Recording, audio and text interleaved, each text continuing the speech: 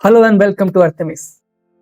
Suppose कीजिए कि आप वेकेशन के लिए चाइना में हो और वहां पे आपको किसी हेल्प के लिए एक लोकलाइट को अप्रोच करते हो, लेकिन अब प्रॉब्लम यह है कि लोकलाइट को हिंदी या इंग्लिश नहीं आती और आपको चाइनीज़ नहीं आती। तो फिर आप जल्दी से अपना स्मार्टफोन निकालते हो और उसमें एक ट्रांसलेटिंग ऐप की हेल्प से उस स्ट्रेंजर या लोकलाइट के साथ कम्युनिकेट करने की कोशिश करते हो। वैसे ही अगर आपको डेटाबेस से कम्युनिकेट करना है तो आपको ज़रूरत है एक ऐसे मीडियम की जो आपकी उसमें हेल्प कर सके, और वो मीडियम है SQL यानी कि sequel, structured query language. Structured query language आपकी हेल्प करती है डेटाबेस के साथ कम्युनिकेट करने में, उसमें डेटा को ट्रांसफॉर्म करने में, मैनिपुलेट करने में, प्रोसेस करने में। सिक्वल एक कमांड लैंग्वेज है जो डिजाइन की गई है रिलेशनल डेटाबेस के साथ कम्युनिकेट करने के लिए।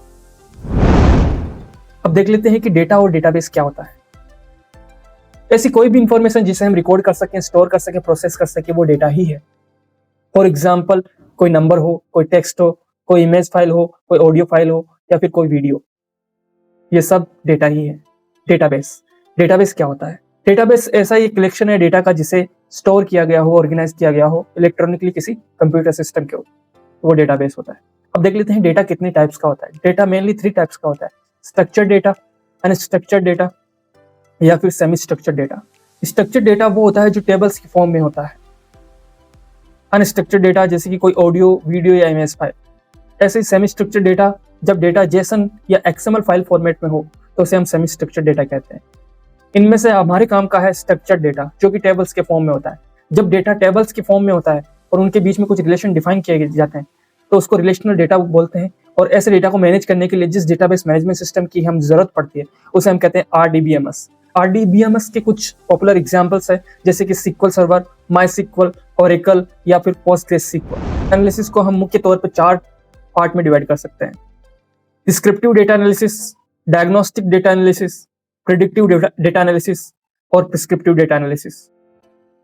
सपोज कीजिए कि आप रिटेल चेन चलाते हैं और आपका कपड़ों का बिजनेस है, तो आपके अलग अलग जगह पे ऑल ओवर इंडिया अलग अलग स्टोर्स हैं।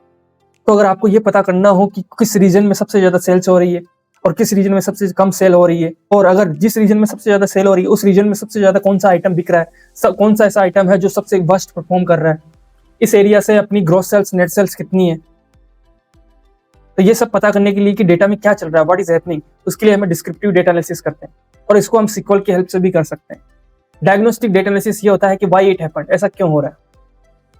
प्रिडिक्टिव डेटा एनालिसिस, इसमें हम ये पता करते हैं कि व्हाट विल हैपन, कि जो क्या हो सकता है, फ्यूचर में क्या हो सकता है, कि फ्यूचर में एस्टिमेटेड अपनी सेल्स या नेट सेल्स कितनी, ग्रोस सेल्स और नेट सेल्स कितनी हो सकती है, कौन सा ऐसा आइटम है जो बेस्ट परफॉर्म कर सकता है और कौन सा ऐसा आइटम है जो वर्स्ट परफॉर्म करेगा। तो इस तरह का जब एनालिसिस करते हैं हम तो वो होता है प्रिडिक्टिव डेटा एनालिसिस। और जब हम ये पता करते हैं कि हमको क्या एक्शन लेना चाहिए कि उस एरिया में, उस पर्टिकुलर रीजन में, उस पर्टिकुलर रिटेल स्टोर में हमारी सेल्स बढ़े, ऐसा क्या एक्शन ले, क्या हम किसी एक आइटम को उसमें ऐड करें या किसी आइटम को उसमें से घटा दें, ऐसा कौन सा आइटम है जिसको हमें ऑफर चलाना चाहिए। तो ये इस तरह का जो एनालिसिस होता है वो प्रिस्क्रिप्टिव डेटा एनालिसिस होता है। इसको हम पाइथन और R की हेल्प से करते हैं। तो डिस्क्रिप्टिव और डायग्नोस्टिक डेटा एनालिसिस के लिए हम सिक्वल की हेल्प लेते हैं, वहीं प्रिडिक्टिव और प्रिस्क्रिप्टिव डेटा एनालिसिस के लिए हम पाइथन और R की हेल्प लेते हैं। आज के समय ऐसी कोई भी कंपनी नहीं है जिसका काम डेटा से रिलेटेड ना हो। हर कंपनी के पास डेटा है, हर कंपनी चाहती है कि वो डेटा को एनालाइज करे और अपनी सेल्स को ग्रोथ करे, अपना बिजनेस को एक्सपेंड करे। तो ऐसे कुछ पॉपुलर एग्जांपल है जो डेटा को एनालाइज करती है अपनी ग्रोथ इंक्रीज करने के लिए: नेटफ्लिक्स, फेसबुक, लिंक्डइन और यूट्यूब। अपॉर्चुनिटीज की बात कर लेते हैं। मार्केट में सिक्वल की काफी अपॉर्चुनिटीज है। हम देखते हैं, अभी चल के गूगल पे मैं सर्च करता हूँ, naukri.com पे हम सर्च करते हैं सिक्वल डेवलपर।